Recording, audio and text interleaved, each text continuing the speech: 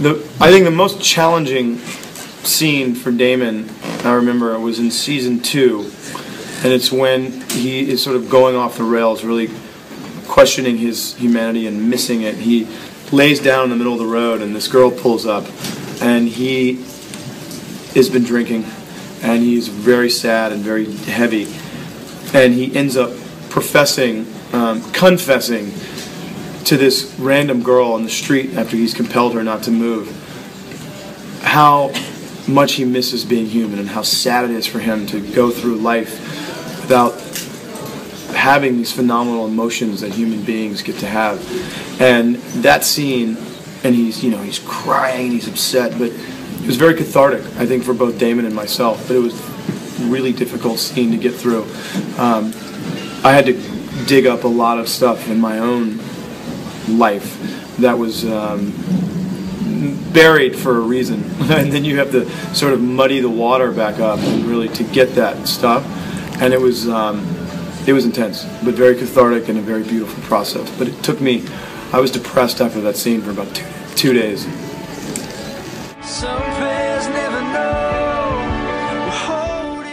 So I think the best advice that I've gotten, and I've gotten a lot of really great advice in life, but I think the best one that's really done well for me in life is say what you mean and mean what you say.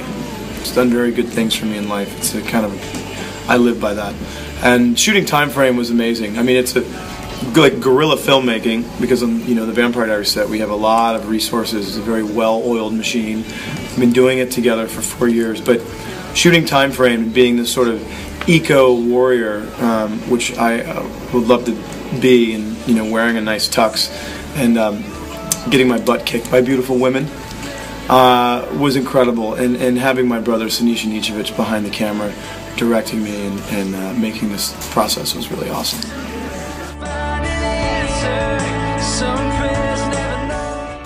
It takes about between 9 to 10 days, typically about 9 days to shoot an episode of The Vampire Diaries. So when you see that 46 minutes of cut footage, it took us anywhere between 8 to 10 days to shoot.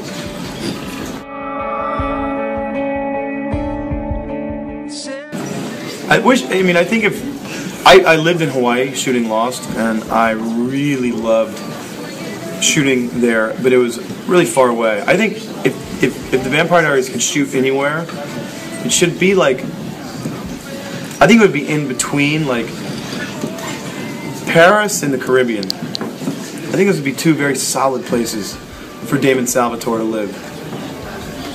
Yeah, we're going to go with Paris and the Caribbean.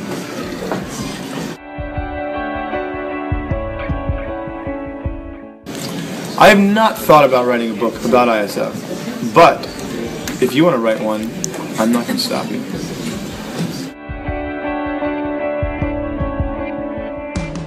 Hello, baby. What Damon and I share the most of, how we sort of resemble one another, is Damon really loves to have fun, and I really love to have fun. Damon likes to kill people. I don't like that so much. He likes bourbon. I like bourbon. But we like to have a good time, Damon and I.